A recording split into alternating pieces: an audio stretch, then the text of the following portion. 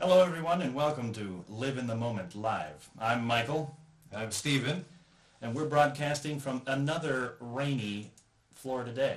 Tampa, Florida day. It is another rainy day. Because it was rainy last time, which Sure was Mother's was. Day. Yeah. And it's rainy again today. Go figure.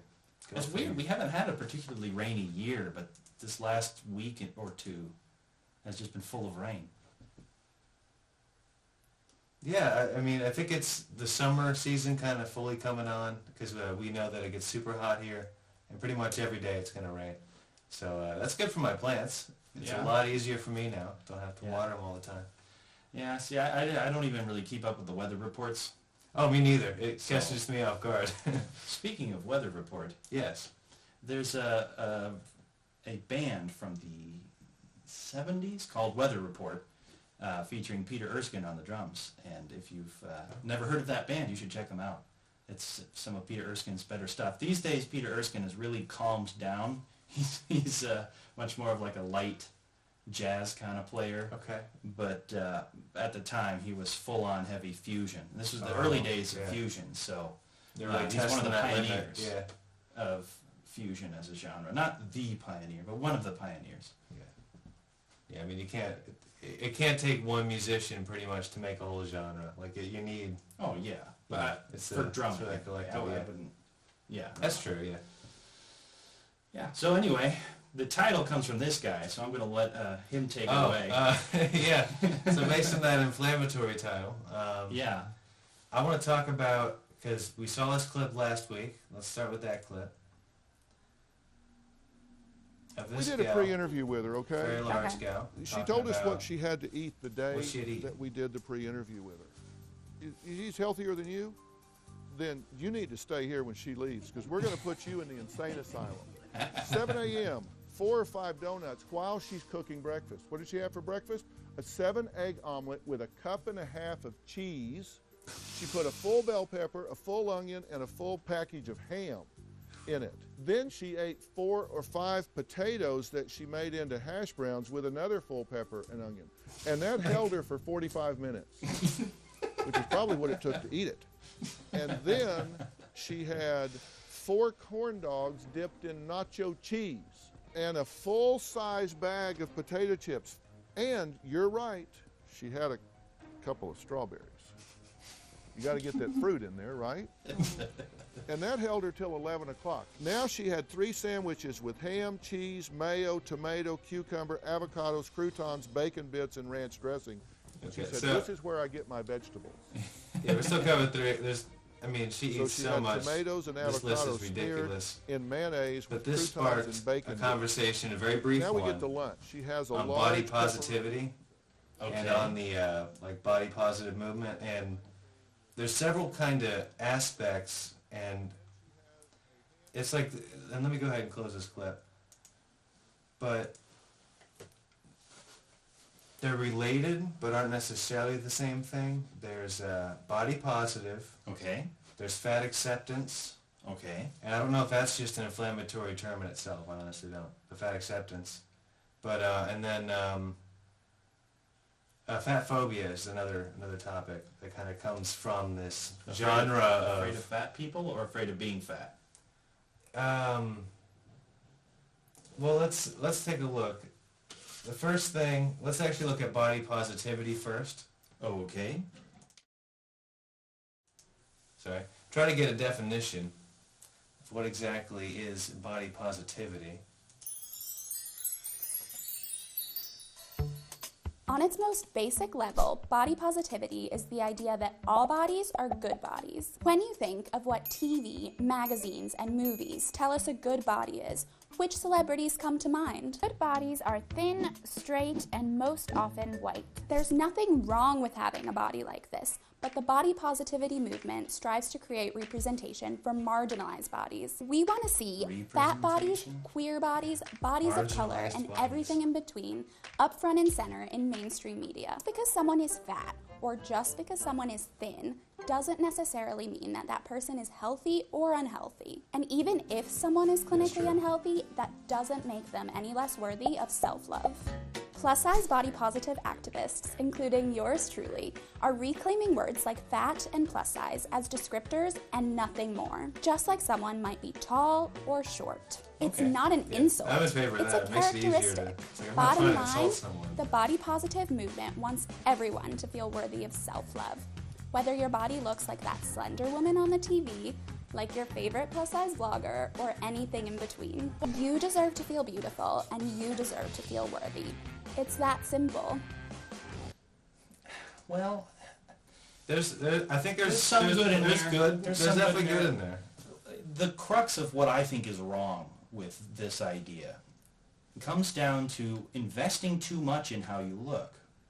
It's one thing to not be ashamed of what you look like, and it's another to derive a sense of satisfaction and positivity from what you look like. Does that make sense? That kind of makes sense to me.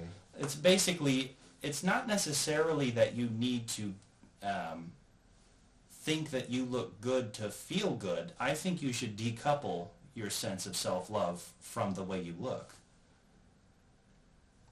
Yeah, and I think that is the better point that comes out of the body positive movement, because I feel like I've seen, maybe not this gal maybe didn't articulate it that way, but I've seen other videos and stuff researching this topic. It's like that is sort of the idea. It's, you know, if you're on the journey to becoming healthier, if you Yeah. are much more overweight than is really healthy, Yeah. you know, you shouldn't like hate yourself Right. during that process. So That it makes is it harder. It is The that shame other, gets in the way. It does, and so there is a definitely a good point to be made that you should not hate yourself. Yes. And I agree with that 100%. But Yeah, there's sort of a, you're turning it on its head. It's like, well, I would classically be considered unattractive, but I'm going to consider myself attractive because screw you guys for... Yeah, and marginalized bodies. I want to Sure. comment on that. What do you think that means? You want, Marginalized bodies actually would be the kinds of bodies that people would speak like I just spoke about.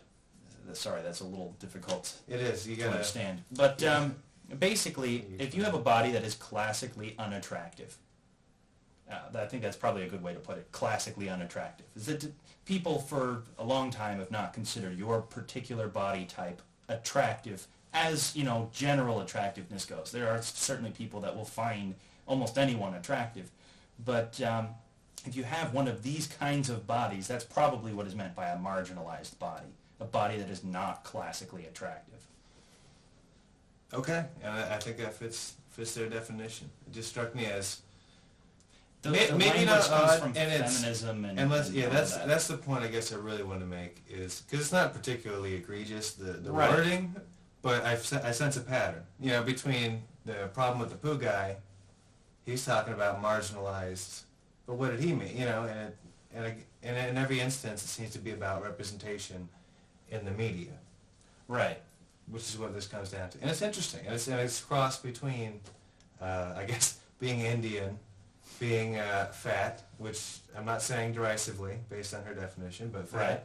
and being a woman. I mean, it's just the same words seem to crop up, I've noticed. But let's take a look at maybe, I don't know if it's more of the extremes. Is it harmful? Let me see. So we just discussed. Okay, I did just have that one clip for the body positivity because I thought it really covered, and we covered the topic pretty well. Yeah. 'Cause there is some positivity in body positivity. Yeah. And I don't want that to be conflated with people talking about even fat phobia or the fat activists. That's something different. So let's Right. look at Yeah, fat well, phobia. if you're 600 pounds, I'm sorry. But the chances are overwhelming that you are unhealthy. Well, speaking of, right. I'm not sure if any of you have noticed, but I'm fat. I am the capital F-A-T kind of fat. I am the elephant in the room. Like any form of systematic oppression, fat phobia is deeply rooted in complex structures like capitalism, patriarchy, and racism. We live in a culture where being fat buzzwords. is seen as being a bad person. Lazy, greedy, unhealthy, irresponsible, and morally suspect. And we tend to see thinness as being universally good. responsible, successful, and in control of our appetites, bodies, and lives. Not true. We may even blame fat people themselves for the discrimination they face because, after all, if we don't like it, we should just lose weight. Easy. I've spent the last 20 years unpacking and deprogramming these messages, and it's been quite the roller coaster. I've been openly laughed at, abused from passing cars, and been told that I'm delusional. I am part of an international community of people who choose to, rather than passively accepting that our bodies are, and probably always will be big, we actively choose to flourish in these bodies as they are today. People who value health as something much more holistic than a number on an outdated BMI chart. Instead, we value mental health, self-worth, and how we feel in our bodies as vital aspects to our overall well-being. There are fashionistas who reclaim their bodies and their beauty by wearing fat bikinis and crop tops, exposing the flesh that we're all taught to hide. And these people have taught me that radical body politics is the antidote to our body-shaming culture. Reclaiming yourself can be one of the most gorgeous acts of self-love and can look like a million different things. From hairstyles to tattoos to body contouring to hormones to surgery and yes, even weight loss. It's simple. It's your This body is the last one. and you decide Sure, what's weight best loss. to do with it. My way of engaging in activism is by doing all the things that we fatties aren't supposed to do, and there's a lot of them, inviting other people to join me, and then making art about it. The common thread through most of this work has been reclaiming spaces that are often prohibitive to bigger bodies. And reclaiming spaces en masse is not only a powerful artistic statement, but a radical community building approach. Aquaporco. The Fat Femme synchronised swim team I started with a group of friends in Sydney. The impact of seeing a bunch of defiant fat women in flowery swimming caps and bathers throwing their legs in the air without a care should not be underestimated. But of course, work that pushes people's buttons is not without its detractors. I have been told that I'm glorifying obesity. I have received violent death threats and abuse for daring to make work that centres fat people's bodies and lives and treats us as worthwhile human beings with valuable stories to tell. By advocating for self-determination and respect for all of us, we can shift society's reluctance to embrace diversity and start to celebrate the myriad of ways there are to have a body. There's a lot to unpack there. Well,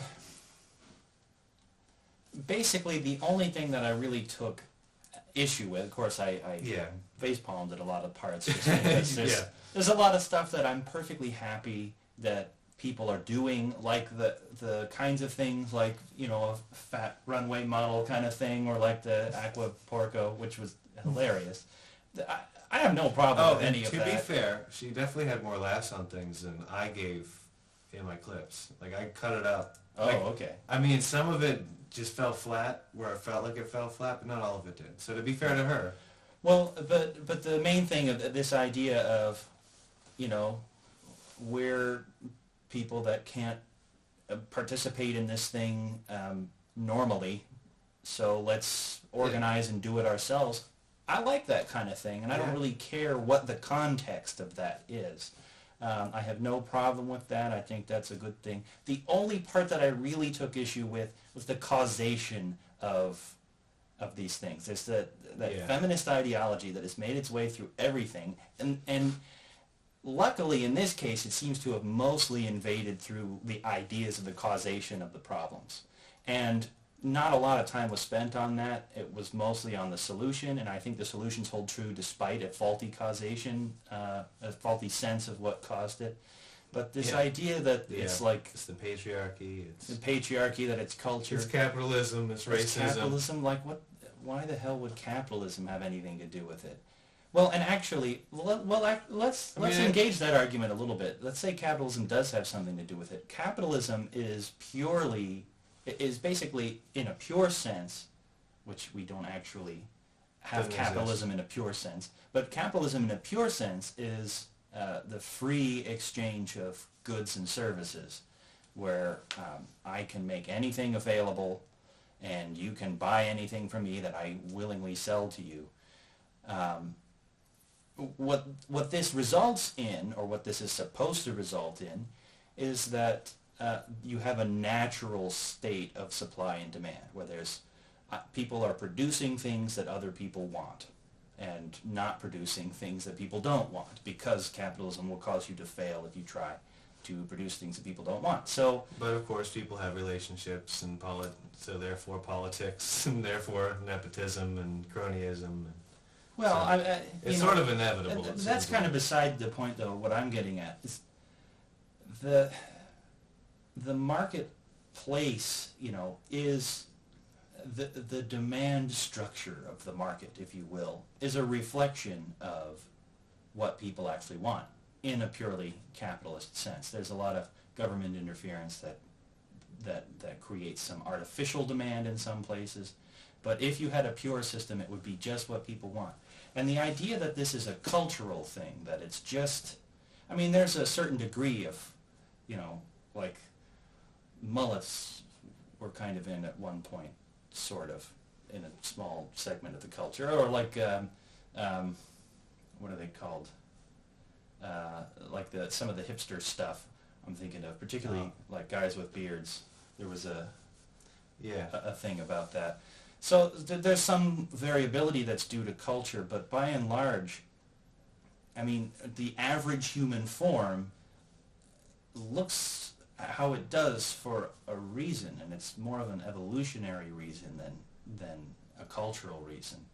It's more the sexual selection kind of a thing. It's like the average of what people tend to find attractive is what you're going to see the most of, because those people reproduce the most, if that makes sense.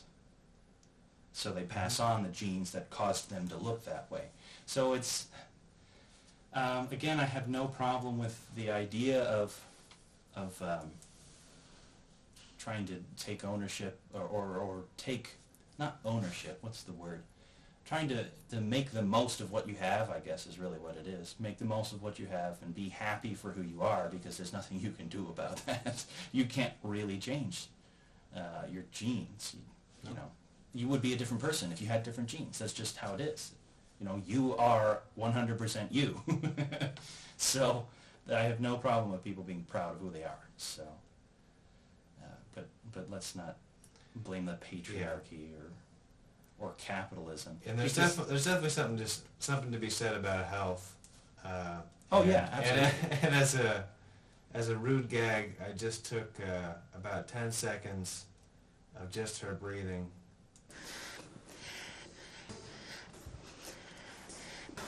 Well, that's just because she's nervous.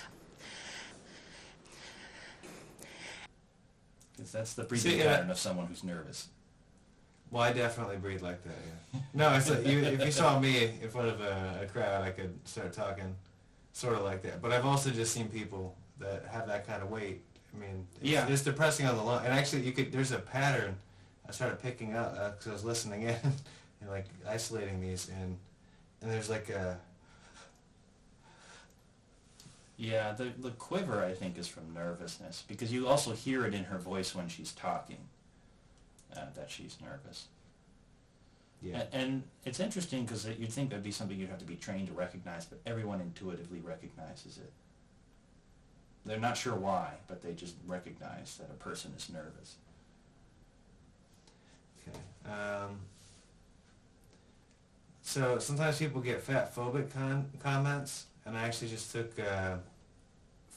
there's a video where it was people who I guess had received these type of comments, just saying different comments that they received, and it's just a montage of that. So I don't know what else to say about it, but let's just take a look at it. If you were skinnier, you could totally be a plus size model. Everyone wants to be skinny because there are no benefits to being that fat. You're so brave to dress like that. I wish I didn't care what I look like. Having curves is not the same thing as being fat. There's no point in losing weight. You've already ruined your body. You get catcalled? Some people are fit and they prioritize their health, but some people aren't, and you don't, and that's okay. Put some clothes on, you busted open can of biscuits. That's my favorite one. Busted open can of biscuits. Busted open. It's a great visual. It's so I don't know what exactly that was for, but but there's a certain like degree of like, you know, as much as I would encourage and respect people for finding community and doing things that they want to do despite things that get in their way, such as their weight, there is a certain point where you're just soliciting abuse, you know? So to walk back on a lot of what you said. Well, I'm not saying that abuse is good or that you deserved the abuse. There's a very big difference between deserving the abuse and doing things that put you in a space where you will be abused. It's a subtle but important difference, because and I'm not saying like it's good that you're abused either. You know, that's kind of part of the deserving thing. It's just there are assholes in the world. Like we know this, and we can't get around this. We mentioned that last episode talking about bullies a bit. Yeah. And actually, one bully, and I'm not going to mention names or anything like that, but one person that kind of had picked on me, and I was never singled out, and I said that. But this person bullied a bunch of people. A police record, actually in prison right now. So it's unfortunately that pattern continued. So it's, I mean, as annoying as that may have been at the time, it's like in the grand scheme of things, there's so many other worse things going on in his life, and I feel bad for him really to end up being in that position. It's unfortunate. Yeah. You know, wants to be there. No, but some people can't seem to help it. Well, it's actually the same thing, like, oh, this is going to sound terrible, but it's the same thing like being overweight. You know, if that person could help it, obviously they don't want to be very overweight, or they wouldn't be. You know, if it was so simple, they wouldn't be. Just like people who were gay. If they really didn't want to be gay, and it was as simple as a choice, they would just not be gay. It's really... It's so obvious that people seem to miss it a lot of the time. There's always this sense that it's, oh, well, they just don't want to, or they don't care, or they're lazy, or whatever. And I can see where they're coming from with these sorts of things. But it's just think about it for 5 seconds. Like, I'm sure there's something you hate about yourself that you wish you didn't have, and maybe it doesn't bother you that much because maybe it's minor. But there's something, I'm sure, that you're like, yeah, I wish this would be a little bit better. It's like, and if you could make it better, you would. But you can't. So, you know, it's sort of giving other people the benefit of the doubt that, well, you know, if they could help it, they wouldn't. So like this bully, I'm not sure who you're talking about, but I'm sure he had a rough home life, and there's probably even some genetic factors, some developmental things, like his brain is perhaps hardwired from his DNA to make him more aggressive. And and head injuries can cause people to be more aggressive, and there's other external factors that can happen just in life that can cause that. Yeah. So I think we can all benefit from separating this idea of deserving something and something being true. Reality just isn't fair. Reality doesn't look at things and say,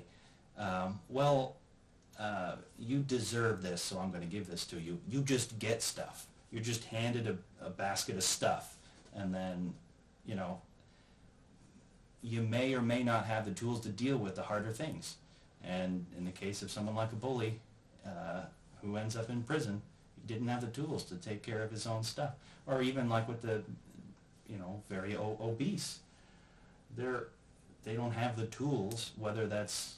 A lot of time, I think a lot of it's knowledge, just of what to be eating. Because I know until I had a better idea of what.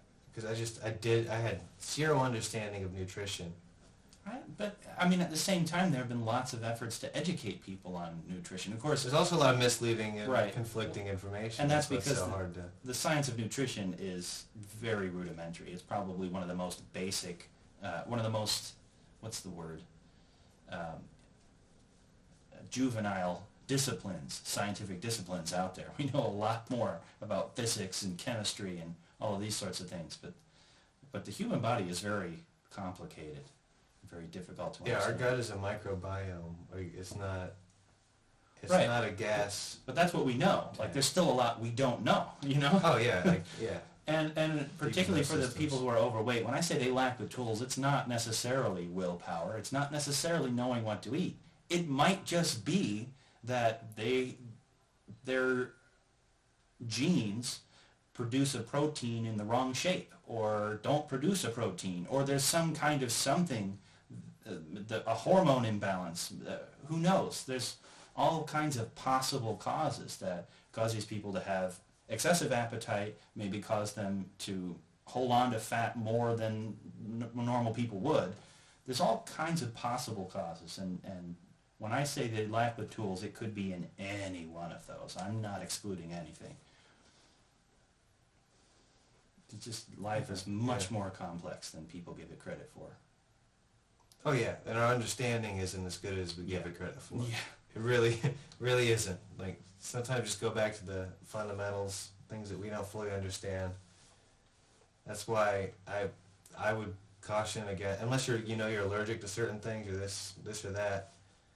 I'm not one for limiting one's diet in a lot of ways, because we don't know.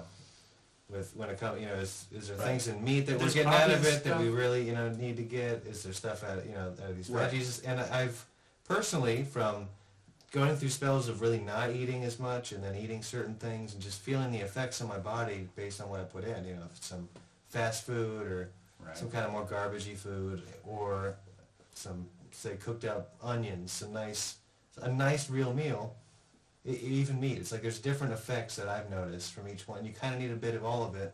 Not every day, not, every other day, but just, you kind of feel it, your body out, and I've been trying to figure it out. I don't think I've fully cracked my own biology on that, but I've gotten better at noticing what I need. Right.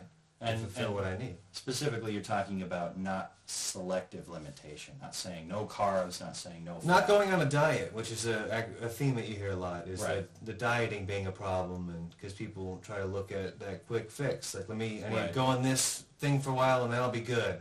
Well, no, you're not. You need a lifestyle change, and if that diet isn't conducive to a lifestyle change, it's not going to work. Right. And it usually doesn't work, so that's why people get frustrated and then they start blaming the diet, but it's, you think of diet as, what do I eat? Like, what is within the range of things I eat? That's your diet. Right. That's what the word means. What am I eating? Don't think of fad, and I only eat this and that, and blah, blah, blah, this on Tuesdays. Don't think of it like that. Well, yeah, and that is a trap that people fall into. Right, and even the lifestyle change thing has its limitations, because you're probably not going to maintain the same exact lifestyle from now until you die. Yeah. And any subtle change, the introduction of a child, a loss of a job, any of these factors can just totally change your lifestyle.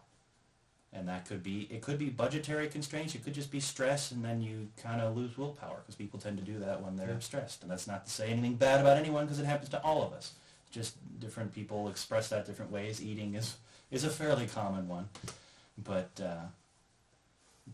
yeah, it's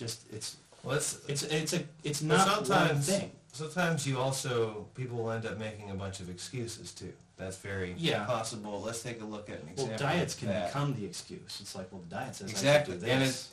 And let me talk about the bane of my existence. In dieting, the idea of starvation mode. Oh, get out of here with that crap. You're not about to starve.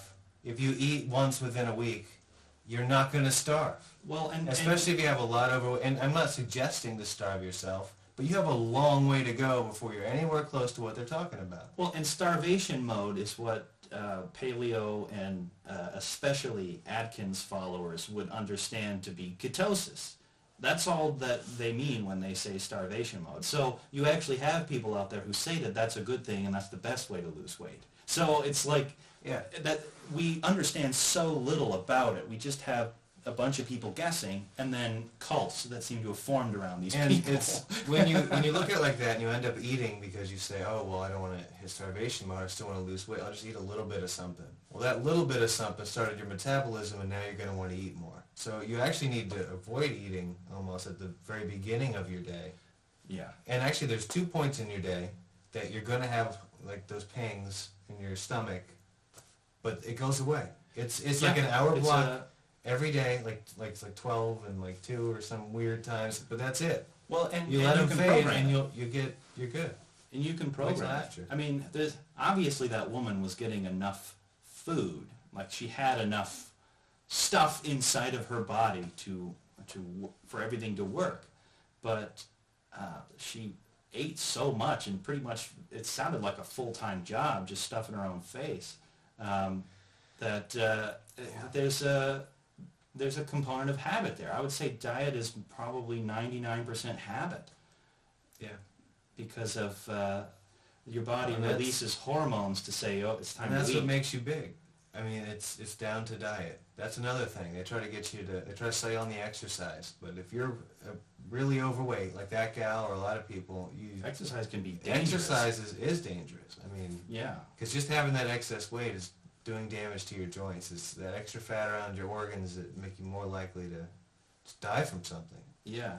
It's not. Yeah. And then, of course, anything you say in the space of diet is probably going to piss off some people and give other people an excuse. Because when we say exercise is dangerous, it's dangerous if you're 600 pounds, 300 pounds. And Well, and what kind of exercise? If And you, what kind you know, of exercise? if you're really overweight and you have to use a scooter, just managing to do a few steps every day. Right. I mean, that's probably not bad. Like a little bit of like Yeah, physical a therapy little bit type of of walking. thing. Some stretching, the real easy stuff. Don't Right. go try jogging down the block thinking you're gonna No. fix anything. You're just gonna hurt yourself. Or lifting weights either. And you have all that extra weight pushing on your lungs. It makes it really hard Yeah. to do cardio work. And just concentrate on not eating as much. Wait till 2. If you're immensely overweight, don't eat till 2 p.m. But if you look like me, You're probably fine. I'm technically overweight by the body mass index. I think I'm even borderline obese by the body mass index. I don't look it per se. I'm 6'3" and I weigh about 225 to 230 pounds, depending on how much water I'm retaining at any given time.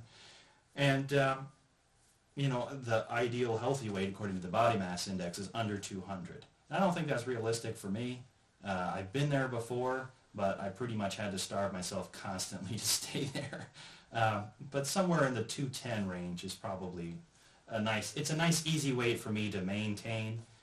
But what happened was I started doing a play that required a lot from me and got me out of the house, and then I got in the habit of stopping at fast food on the way home. And I've worked to break the habit since the show ended. It's not like something that's stuck with me forever. It's just, the weight stuck with me, and it takes time for it to come off when you change your habits. And there was a point that I was trying to get to somewhere in there, but I forgot what it was, and even the rambling didn't help me find it. Oh, man. You're rambling and reaching. But as excuses, the whole exercise thing. I think it's very important to understand what each thing that you can do should be done to accomplish. So when you exercise, what's your goal? Is your goal to be healthy?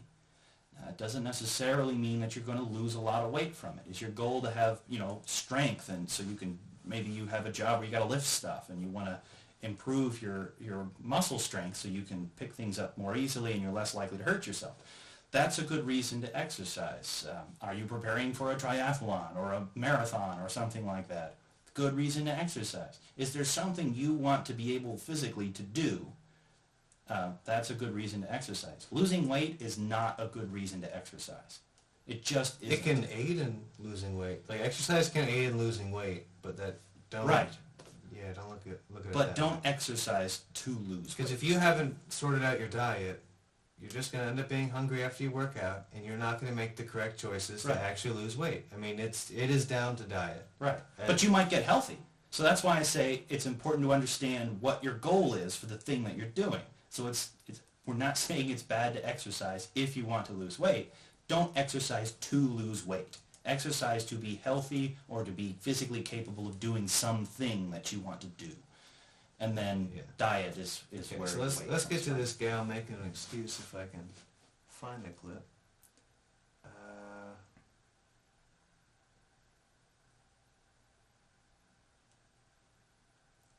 Did I miss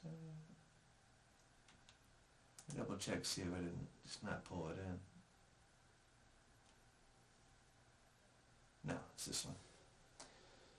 You still think you're bulimic? Well, my problem is I don't want to eat. What do you mean that is a problem? That's not a problem if you don't want to eat. If that's the case, it's an excellent problem. But that's simply not true. You would have lost a lot more weight. So if I don't want to eat them, it's not a problem? Janine, you're 54 years and you're 500 plus pounds. And you think you're not want to eating is a problem? That guy works with a lot of obese patients and is out of patients. So it seems. Yes. Well, and there is a point... well, people got to face that they got to do something. Right, and it's particularly when the person is obviously like saying something that makes no sense. And they know it doesn't make any sense, but they're going to argue with you about the sense that it does make. Every week we have a potluck dinner, family time. When we get together, it's fun. You broke a blue office chair, we had to give you my red office chair. And I think you should be real about your weight, because right now you're at your worst. I didn't know that about myself. I guess you schooling me about me. Be real with yourself. Be real with who you are. I don't know what you're talking about. Yeah. There's definitely a point. People can be overweight naturally, but there is a point that I think it's got to be psychological. And I'm not saying like they're lazy or whatever. Like there's a genuine like mental health disorder behind them getting as heavy as they are. I don't want to say this is a blanket case. Let me make that clear. Right. But a lot of times, I've seen in some of these shows where they help them lose the weight, there is some type of sexual abuse or something that happened. Oh, really? And then it triggers into something like this. Yeah. So. Yeah, and that makes sense. Right. Yeah, some kind of mental Some kind health of trauma. Yeah, and then like I was talking about with the tools, lacking the tools. Maybe your overweightness is just, or your weight is a symptom of some other problem that you didn't have the tools to deal with. Like if you were sexually abused and you never sought counseling and you just never developed the mental coping mechanisms, and no one should ever have to. It's a real shame that this phenomenon exists at all. But if you can dream it up, someone's done it to someone else. Mm-hmm. So. Anyway, was there any more with that particular guy? No, not with that particular guy. I'm sorry. I feel like you wanted to know more about him. Yeah. I don't have more about him, I'm sorry. Okay. What I do have is a thing with this gal defining fat activism, and it points to what I think is also some issues with our university, and has been. Like what... University system. Yeah. What they let count. It just seems like people are getting robbed, but let's focus on this fat activism. I've been thinking about and working on the question, what is fat activism? I still don't have an easy answer. And it's a question that I came to in my master's dissertation, and I returned to it for my PhD, which was a 4-year research project that I finished last November. And during that project, I interviewed about 30 fat activists around the world, people of all different backgrounds and perspectives, many of whom had decades of experience in fat activism. And nobody gave me a consistent answer. So given this, it made sense to me that fat activism can be absolutely anything. It just really depends on the context. I feel like I missed and this makes fat activism really exciting because it means you can tailor it. You can tailor it to what you're interested in. My fat activism is a part of my daily life. I don't put on a... So we'll watch that again. What I was laughing at was past, I kept laughing about something that had nothing to do with what she was actively saying at that moment, but I just caught that, 30 people. So it took her 4 years to interview 30 people? Well, she had to find the fat activists. Just aren't that many of them. It's a thin group. Oh, God. Is that why you were laughing? Because you thought of that joke? No, that just came to me just now. But in the moment. No, I was laughing because it's like 30 in 4 years.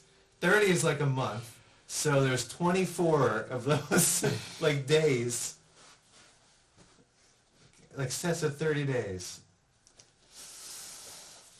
Just missed out on all of it. Well, I thought it was interesting that she said about 30. What does that mean, 29? Yeah, but 28. 27? Is she really stretching it? What is about 30, yeah. Right. That's Because not a good sample, usually first you of would all. say like about 400, because 386, that's about 400. But, I mean, how, what kind of masters are you getting if your dissertation can be, what is fat activism?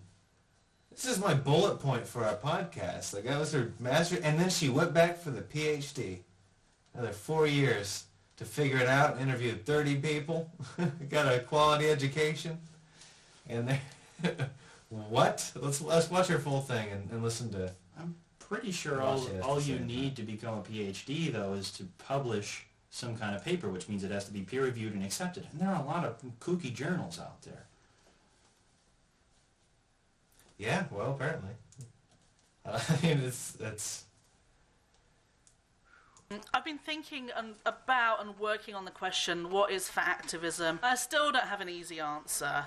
And it's a question that I came to in my master's dissertation, and I returned to it for my PhD, which was a 4-year research project that I finished last November. And during that project, I interviewed about 30 fat activists around the world, people of all different backgrounds and perspectives, many of whom had decades of experience in fat activism, and nobody gave me a consistent answer. So given this, it made sense to me that fat activism can be absolutely anything. It just really depends on the context.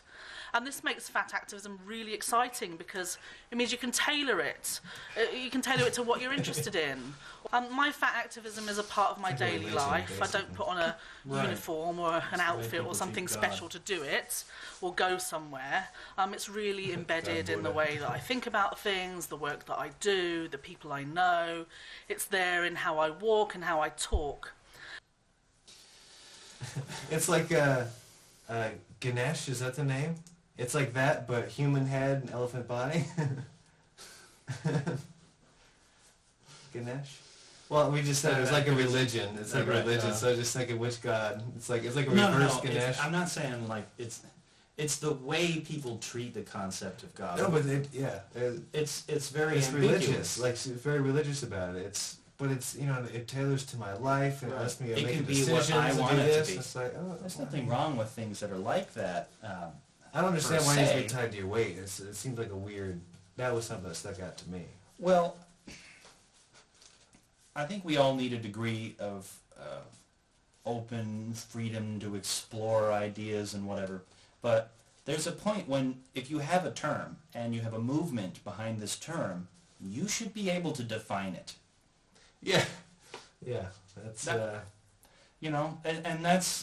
but when I was talking about regarding religion is the concept of God. Even within a religion that has a supposedly uniform idea of God and who he is and how he acts and your relationship to him and all those sorts of things, everyone pretty much just makes it up. It's whatever they think in their head.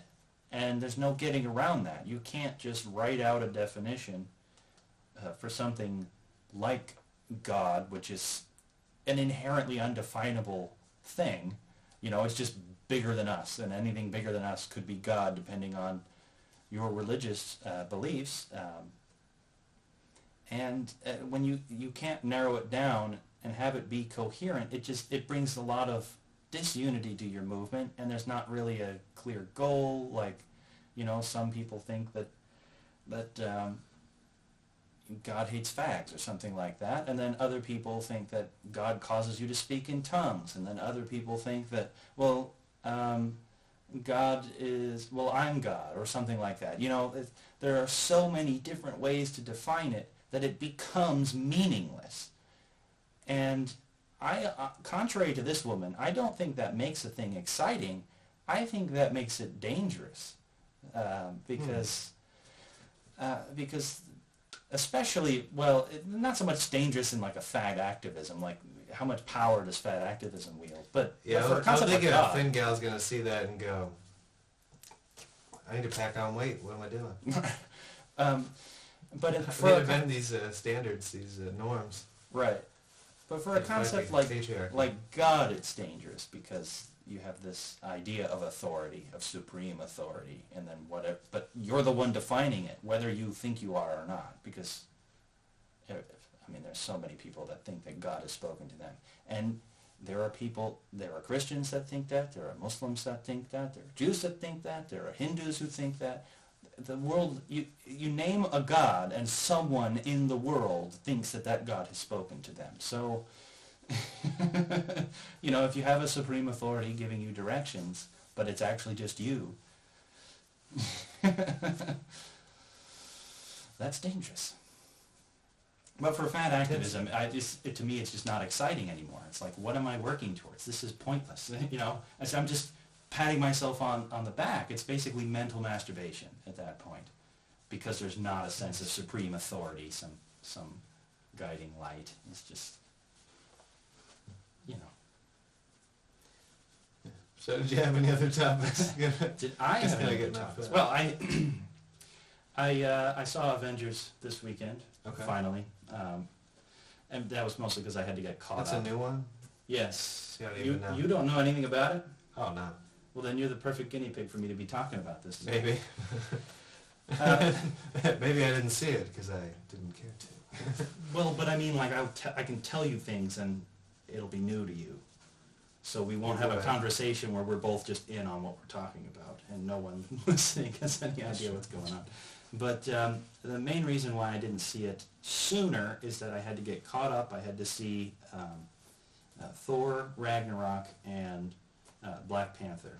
I felt that I was obligated to do this because the whole point of the Avengers is to bring together all of the characters from their universe. Surprisingly enough, Ant-Man was not in it. Oh. But I think that's because he's got a movie coming out later this year. And it was, I enjoyed it. I enjoyed it quite a lot. What's the last Marvel movie you've seen? It's been a while. Yeah, you'd have to name recent ones for me to even know. I didn't watch Black Panther. Or Thor? Ragnarok? It's the I third did one. see that.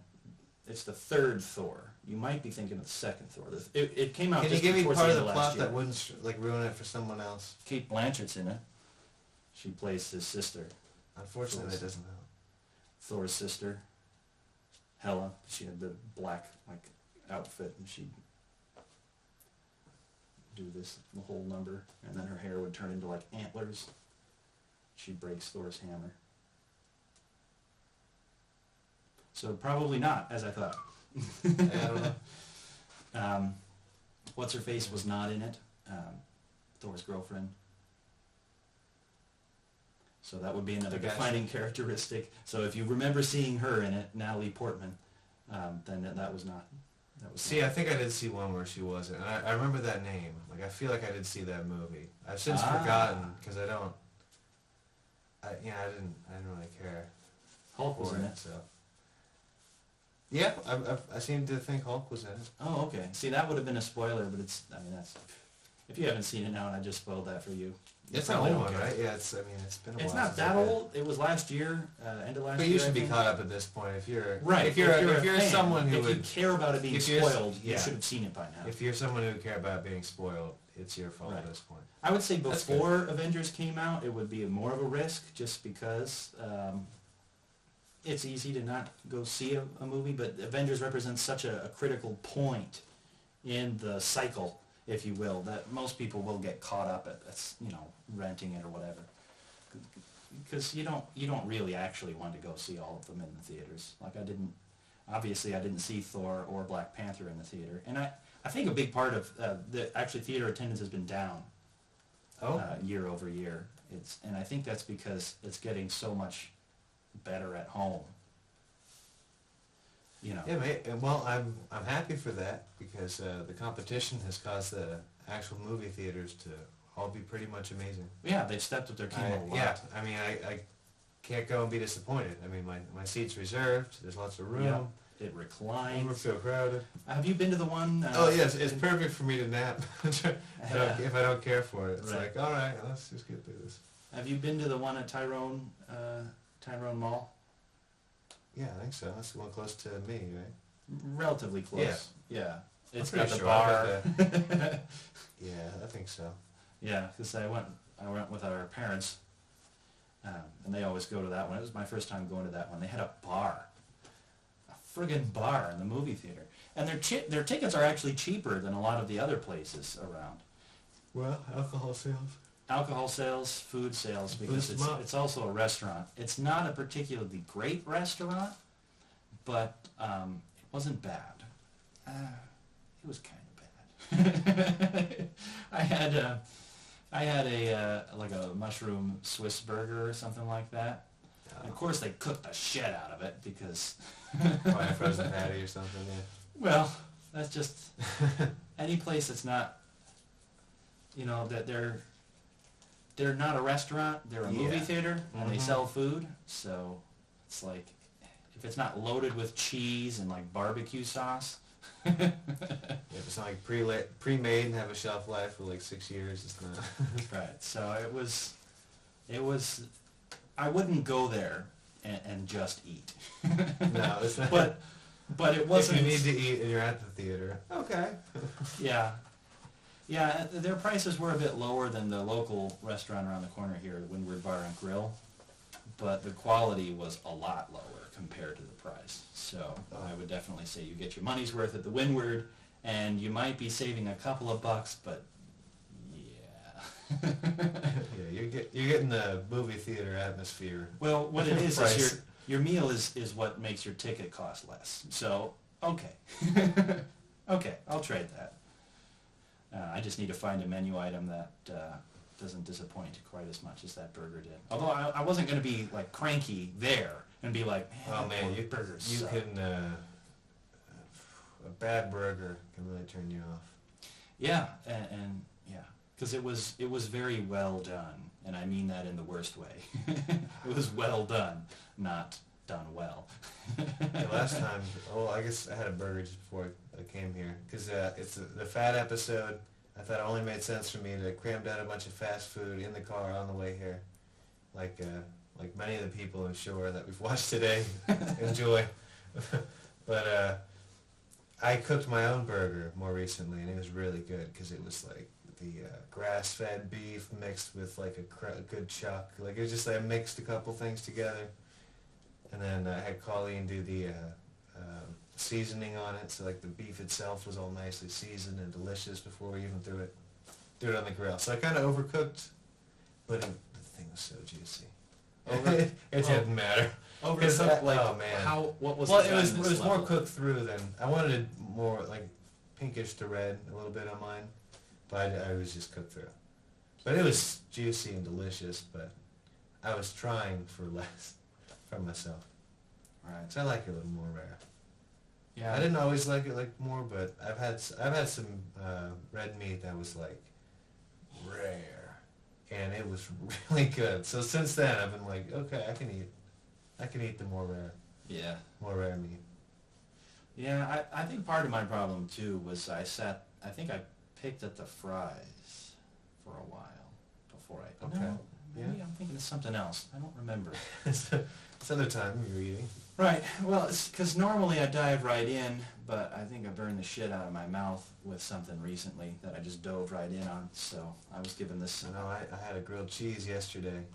I made caramelized onions that I threw in there, and they were fresh off there. And then I made the grilled cheese. It only took like 4 minutes for the grilled cheese, so I burned the crap out of my mouth with some onions. Just lava, just hot lava. I'm still feeling it in my mouth. Just and it, like when it's that oozy, like you burn everything, every little bit of your mouth. It finds every nook and cranny. It just singes your tonsils. It's like my teeth are gonna fall out. Right? Yeah. It's not good. Yeah. Yeah. Okay, so you might have actually seen Thor Ragnarok. I might have, yeah. All right. You just cared that little. Yeah, unfortunately, I just don't. I'm not a big movie guy. I wonder why that is. Like, can you let us inside the mind of Stephen and help us understand? The action's kind of boring to me because I think a lot of the time it's like too CGI, and I don't mean that like I see it and I go, this is CGI. I think my brain sees it as that's not real, and I don't connect with it. Right. Does that make sense? They call that verisimilitude. What? That's the word for that, verisimilitude, that it's actually relatable enough that you believe it. Yeah, and it's not at like the writing level, although I often don't like the writing. Like, I think it's just in the visual. You can tell it's not real, and it just doesn't impact me. Right. Okay. And So then that's boring, and then I don't really like the writing that much usually. And usually the humor is too obvious, almost. like It's predictable. Like you know the joke Yeah. before it's told. Yeah. Or then it's like something that's kind of cheesy and kind of like, hoo, hoo, hoo, like you should laugh now, and people feel like love you're it. trying for I that. feel like I take it as an insult. I think. Oh, okay. So Sometimes. you feel personally insulted by And some of the jokes, and it's usually like 1, 2, maybe 3 in a movie that I have those moments, because most of it's not that. It's usually like if it's a 3D moment, it's usually those type of moments like, oh my god. Yeah, those are kind of annoying. I don't know that anyone really. And likes those. it feels that way to me with certain jokes. Right. It's almost like that 3D, like, Right, it's like- is that really the joke you're going for? You couldn't have done, I don't know. But I end up really liking British shows and stuff because I'm big into dry humor. Right. And it's just a different flavor. I think that's part of it. It's like it's got to be dry or super dumb. So I'm That's right, not you do have claiming a to have a weird sense of refined humor. taste. You do have a weird I'm sense not of humor. saying that. I just don't tend to like most movies. Well, That's not. It's not a superiority thing. It's just a different taste thing. Right. I definitely don't think it. That play I was in, when Alex saw it, he said it felt like he was watching what are they, Tim and Eric live. Yeah, because he's just sitting there. He's like, like did they just give us all acid when we weren't paying attention? Yeah. It's just really weird. Maybe he just took some before he went there. Well, because he's like, I didn't. Yeah. I think. Yeah, but yeah, and that's more your sense of humor. Yeah. Yeah. So okay. So Now, yeah. what about the story? You said oftentimes you don't like the writing. Is it a story thing? Is it a dialogue thing? What kind of writing?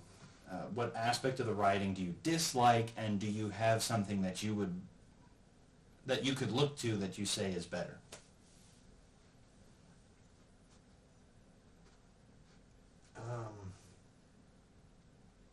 Some of his dialogue, just not believable.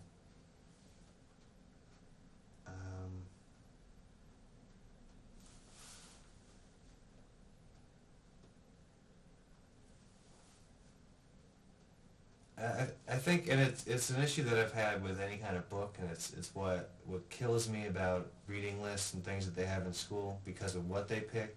I just don't care about most fiction. You know, it's just a made-up story. I couldn't give less of a shit about. In a lot of cases, I don't know what it is. There's got to be something that really pulls me in for some reason. Huh. I know you've been more into television compared to movies. Yes. What are Part some of that is length. I think, yeah, because then movies are just too long, I feel like.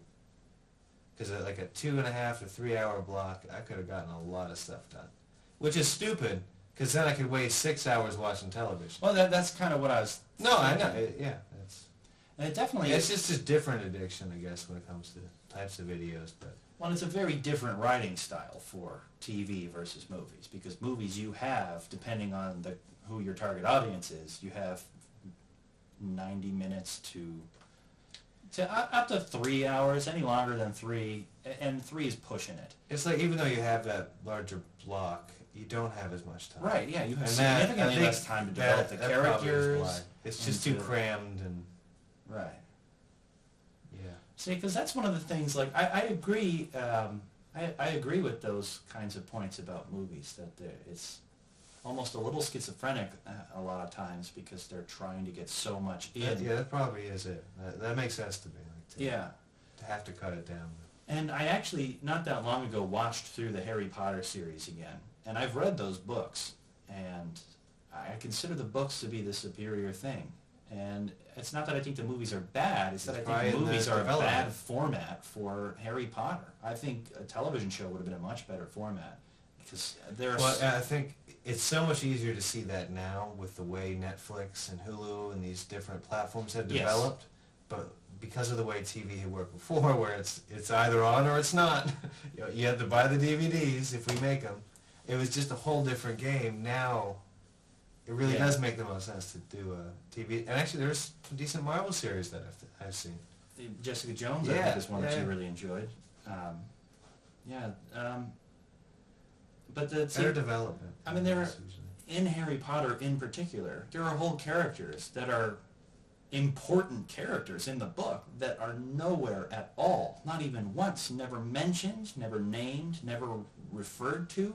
Entire characters just totally absent from the movie series. In particular, the ghost Peeves. He is a plot driver sometimes in the books. He's basically the prankster ghost. And he annoys the hell out of everybody, and especially Argus Filch. And there are... Yeah. So, but I mean, he shows up all the time in the books, and he's never even mentioned in the movies. No one plays him. There's like in the second one, the Chamber of Secrets. You probably don't remember a lot about the movie, and I don't think you've read the book. And if you have, it's probably been long enough. But there's this whole thing that takes place on Halloween where they go to Nearly Headless Nick, John Cleese's part. They go to his death day party. It's the anniversary of his near decapitation, and they go in to celebrate, and you learn some interesting things about how ghosts exist in the world of Harry Potter. You just don't get that at all in the movies. And probably the biggest shame was the sixth one, the Half-Blood Prince, the one where Dumbledore dies. Spoiler. But that one, they're exploring memories to try to learn how Voldemort became who he was, and particularly Dumbledore is trying to prove that Voldemort created Horcruxes because he strongly suspects this, but he needs to know that for sure. And they explore all of these memories that have been taken from various people through various times. And in the movie, they pretty much just explore one memory that I can remember, and that's when Dumbledore met Voldemort as a child out of this. Right? And it's an interesting one. I'm glad that they got that in there, and obviously it's so central you can't. But there's also numerous memories where they explore Voldemort learning who his father is, killing his father, how he gets hold of that ring that was Salazar Slytherin's that has the Resurrection Stone, one of the Deathly Hallows in it. I mean, there's like lots of stuff. Lots of backstory on characters that is just totally absent from the movie. And to be fair, I think they did a reasonably good job with the movie because you have time constraints and they can't just show you everything. And I think it's obligatory that they get Quidditch in whenever they can, just because it's a movie and it's an action sequence. But just terrible shames, stuff that gets left out when you adapt a book to a movie, which they could have explored if it was a TV series. They could have gotten everything in. They could have eaten their cake and had it too, which is the correct way to use that saying, by the way, because if you have your cake and eat it, that's what you do when you have cake. Yeah, that's the order. Right. If you eat the cake and have it too, you can't do that. Is that really what? Yeah, I'm not making that up. Okay. That's really how the saying is supposed to go. Okay, so it's supposed to be like you have this magic cake that just reforms. Right, that you've and eaten reappears and then after still you ate have. It. Okay. Yeah, because you can't do both. Okay. You either have the cake or you okay. eat it. Okay. I get the analogy. It's just right, and the main reason why that's the order is that there's an implied sense of timing if you say have the cake first. Because obviously you have to have the cake before you can eat it. Yeah. That's the natural way things flow. I have the cake, then I eat it. But if I eat the cake and then I have it, that doesn't make any sense. Anyway. See, I almost like just would assume it has something to do with having to split on your birthday or something. The cake? Yeah. Oh. Yeah, you're having a birthday cake. You don't usually eat the whole cake by yourself. Right. While the party goers just watch you. Well, maybe some of the people in the clips. I don't know how they live their life, but. Right. Well, and it's appropriate considering all the food talk we've had today. Yeah. And I guess while we're on the subject of sayings that have something to do with food, another saying that people almost universally say wrong has to do with pudding. It's the proof of the pudding is in the tasting. The proof isn't like hidden in the pudding. You know, it's not like someone committed a murder and stashed their murder weapon in the pudding, and the proof is in the pudding. You know, it's like it's not. The proof of the pudding is in the tasting. It's like, you know, you go through all the effort and you make the pudding, and then it's finished, and then the proof of that pudding is in the tasting. So then you taste the pudding and know whether or not you succeeded. You know, I made a cheap, well, I don't know, cheap, but easy way to make, it's not pudding. I took chocolate chips, I have this cup, threw them in there, threw in some Reese's peanut butter chips. I heated that up, like basically melted it, right all together, and then I took some marshmallows, threw that in, and then some sprinkles on top. I heated it up and mixed it up. It was almost like a weird pudding. Or like a s'more. I wanted to do like a s'more, but I didn't have a base like a graham cracker. I wanted something else to go with it if I was going to call it a s'more. Right. Yeah. No, I was going for that. That's where my head started. Right. Was with the s'more. So. Yeah. Yeah. Good eye. Well, it's not like I got to look at it. Good mental eye. All right. Third eye. Good pineal gland. Or Yeah. Yeah. I don't know. It's like we kind of have a third eye, being men. And a third leg. Yeah. Okay, so what's a TV series that you've really enjoyed? I know Breaking Bad was one. Yeah. Actually, recently I started watching Doc Martin. It's a British series. Okay. I enjoy that. The IT crowd. Well, Doc Martin's kind of a weird case because like IT crowd or a lot of the other ones I would like are, like I said, it's got to be stupid. Right. It's got to poke fun at itself in some way. But then, well, Doc Martin's kind of funny because it's basically the main doctor, Doc Martin Ellingham, British, on a small island. He has Asperger's. Okay. So a lot of his interactions seem very rude to the people. Right. But he cares about everyone, and he's a great doctor and everything. But it's fun watching. Well, and there's a lot of dry humor, and it's just very That is the classic combination: a doctor with poor bedside manner. Yeah. Oh, he has an excuse. Yeah. Yeah, that's okay. You brought up humor multiple times when talking about these sorts of media. Yeah. What is humor an essential part? I mean, because even serious shows like Breaking Bad does have humor in it from time to time.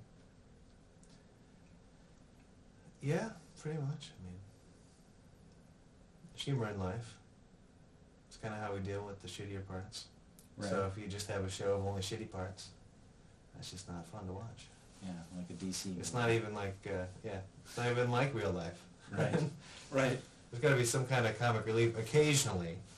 And it can be something that's the thing about humor. It could be about death and as much as people don't like to hear them. I don't have any good ones to whip out, but rape or, right. all the awful things, making light of them are how people cope with the very real and horrible situations that exist. Yeah, for themselves, not for others. Don't laugh at someone. I have nothing. I have funny about no someone rape who has experience to something try like to that. cope with, so certainly nothing like that. But just very fortunate. it's. I guess for those of us who are not victims of the kinds of things we might joke about, it's more about coping with the knowledge that some people would actually do some of these things to other people.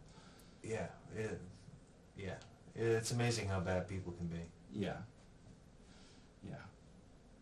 Okay, so humor is important. I find it odd then that you wouldn't remember seeing Thor Ragnarok because that was quite possibly the funniest, well, it's definitely the funniest Thor movie, but it was definitely funny. I felt a lot of Guardians of the Galaxy influence in that. Like, I don't know if you remember seeing that one. Did you enjoy that one? Yeah. You remember it, so yeah, probably. The first one. I don't know if I might have seen the second one. The second one is just never as impactful, just because I've seen the characters before, and I just get confused between the last one. Right. Well, what's weird is I don't remember the first one that well. I just remember that I liked it. I don't really remember the plot.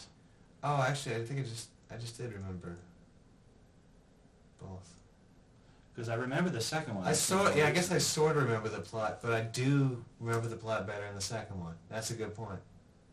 I do. It just came back to me. It's Kurt Russell. Yeah.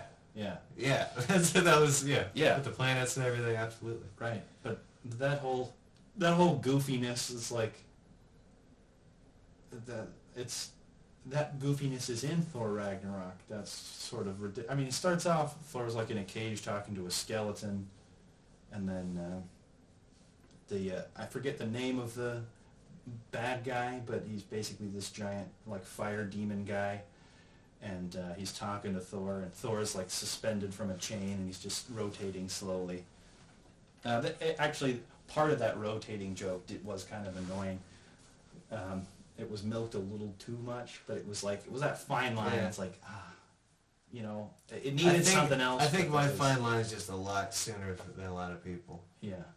I think that's it. Because it's like even early on in that, I just like, I hear that and yeah. I just see me going. But I'm sure, I can see the crowd enjoying the hell out of all of it. Well, that's the thing. I think it seems to be just me. I understand this.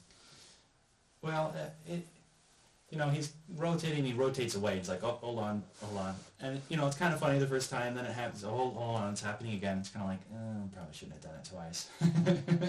That was kind of my thought when I saw it. Because it wasn't nearly as funny the second time.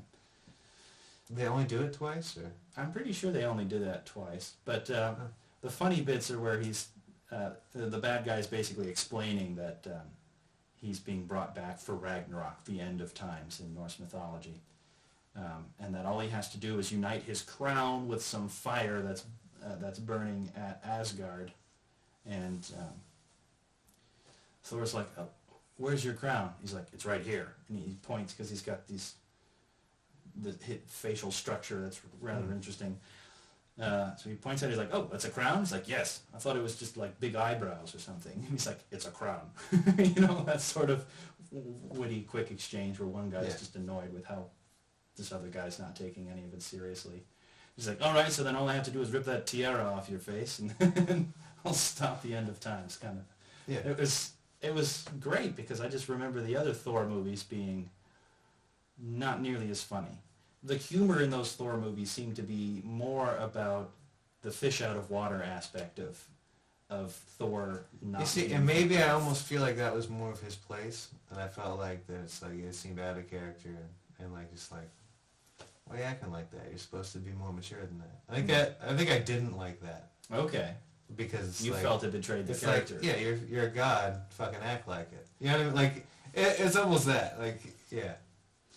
Well, but that sort of impetuousness in a way has always been present. That whole not being worthy thing that he's always had trouble with his father Odin.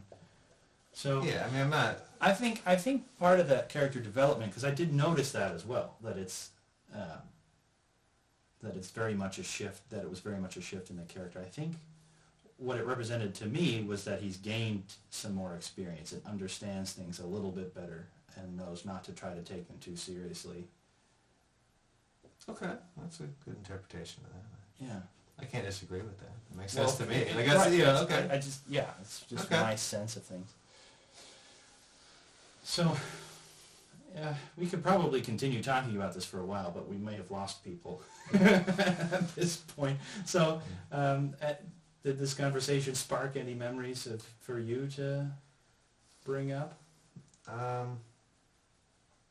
No. Like, I had a couple other things I could cover, but I think Right. Well, I mean, I do have one other show I can talk about, or we can end it. It's up to you. What's the other show? It's called Dark. It's on Netflix. Okay. It's in German. That's why. Oh, okay. Yeah. And luckily in Netflix you can actually adjust your subtitles, or Untertitel, as they say in German, because it's English subtitles by default, but I changed it to German subtitles. There's another show on Hulu called Deutschland 83, and it's actually a German television show that was brought over here, and I think it's actually the first German television show to air in America in German with English subtitles, and it's only on Hulu. But Hulu does not give you the ability to adjust the subtitles. It's just English subtitles, and they're always on. You can't turn them off. You can't change them to another language. So I definitely appreciated that in Netflix I could change the subtitles. And it's, well, if they're speaking German, why did I need German subtitles? They're speaking a dialect. They're speaking the Berlin dialect. And while to a native German speaker it would probably be intelligible enough, you know, like there might be a few times like they said, what? You know, sort of like if we were to watch a British show that used a lot of very strongly British sayings. I'm used to them by now. Yeah, I'm used to quite a lot of them. But there's an adjustment period if you go from just your native dialect and then you start watching something in another dialect of the language you speak. I've been watching too much of the British stuff that I've noticed like certain like phrases or dialect things will come up in my head for me to use. I'm like, that doesn't make sense to a lot of people. certain uses of words, and actually one in particular is the use of "in it." Like "isn't it" is basically how they use it. "In it." But I can't pronounce it right because I'm not British. But like they say it like in a certain way that like, I know what they mean, and like I've had thoughts that were like have me use that, and it's like kind of like a slang kind of like it's like you're frustrated about something, you could use it. It's like, well, it's this way, isn't it? You know, like that kind of thing. I had it come up in my head, and I thought I was wrong for a while, actually. Oh. But then I was watching Doc Martin, and they're using it in the same context. I'm like, yeah, okay, no, I was right. Yeah. And it's weird, because I'll have these phrases just pop into my head randomly throughout the day, and that's when I started, like, playing with it. And then I was like, was that actually right? Am I just making up crap in my head? Like, I don't want to think I'm saying a British thing. I'm just making crap up. Well, that's exactly the same way it's gone for me in German. Yeah. You know, it's like you start to get a handle on the vocabulary. Of course, in English, being an English dialect, we already know what most of the words mean on their own. It's just combining them into phrases. We have our own set of phrases, and they have their own set of phrases. And everyone knows the American phrases because of how much of Hollywood we've exported. But and that's where a lot of us get our phrases. So. Right. That's where we learn how to speak. But it's a lot harder in another language when you don't already know the vocabulary. So you do have to kind of reach a point where you understand the vocabulary and you get a handle on some of the phrasing. But I can say that for the British dialect, one thing that I know what it means and I know how it's used, but for some reason when we were in Heathrow on our way to Italy, to Venice, one of the airport security ladies, very nice lady, you know, concludes with me and then says, "Off you go." And that's a very common thing to say in British English. That's, you know, off you go, you know. It's not meant to be like fuck off. But for some reason, it felt like she was telling me to fuck off. I knew what it meant. It's just like, it's the weirdest thing. I saw an interaction, and I didn't know if it was rude, because it felt rude. It's the same. Right. It was a British, like people were talking. They're like, the one person was like the wife was washing the car, and the husband was like, it's like, oh, you wash the car. Why don't you do mine? Or wash mine too? Why don't you? Oh, why don't you? Yeah. It's you know, like I just because I was there when they had that interaction with each other, and I'm just like, I'm just waiting to like, it's just like, was that rude? Right. Well, because was it not? He didn't act like it was, and she's like, yeah, okay. Yeah, it's like it didn't seem like he offended her, so I'm like, okay, I don't think it was. I was waiting for the context. I was just right, because in American English, in the American English dialect, we use that phrase almost exclusively when we're being sarcastic. Yeah. You know, it's like, well, twist my arm, why don't you? Usually, if it's just something kick my really shit big. around, why don't you? You know, Right, just- yeah. We use it pretty much exclusively sarcastically, and we pretty much never say "off you go." No, because it just, and that was, it was the weirdest thing because I had seen it before this had happened. I had seen that thing used in British television, so I knew what it meant. I knew it wasn't rude, but for whatever reason, it just, as soon as she said it, I had this reaction I couldn't control. And if you had asked me before that if I thought "off you go" was rude, I wouldn't have said I thought it was rude. But for some reason, in that moment, I felt like she was telling me to fuck off. You know, and did it take a lot of strength to not go to social media and the other media to talk about this and get someone fired? Because you had a misunderstanding that made you feel bad? This is an important point. Because you even knew damn well she wasn't trying to offend you. Right. But you felt offended. Right. But that's a lot of the argument today of, well, I felt offended, therefore, is it anything? I mean, you know it wasn't the case. Right. I knew it before, during, and after. There are And I certain still felt reactions offended. you still have. Yeah. That doesn't matter. And I think the point is you need to know when to ignore it because you can't control it, but Apparently. you can control your reaction to it. Like, did you scream at the guy when your No. body said, "Oh, No. she told you to fuck off"? Or did you go, "I know that she didn't. I don't know why I feel this way. That's weird." Well, in the moment, it was sort of a, like... That's not right. You know, it was like, I wasn't expecting it because I'm not used to actually communicating in the British dialect. I mostly just hear other people communicating in it, and I know what they're saying to each other. But it's weird how different it is when you're in a conversation with someone, and you're saying things to them, and they're saying things to you, and there's this expectation that you're going to understand what they're saying, and they're going to understand what you're saying. I think it's a different part of the brain. I genuinely think it's a different part of the brain that handles actually communicating with someone versus orating or listening to other people communicate with each other. But because I wasn't expecting it, there was a brief moment where I didn't understand what she had said. She had, had wrapped it up. It's like, "Off you go," and then I was like, "What?" For a moment, and then I'm like, and then it sinks in what you said. Right. Oh. And then there was like a, why would she put it that way to me? It's like I felt. Like I was crying on the inside. I was like, I know what that means. What you do, right? Yeah, it's like, well, I didn't want to be her anyway.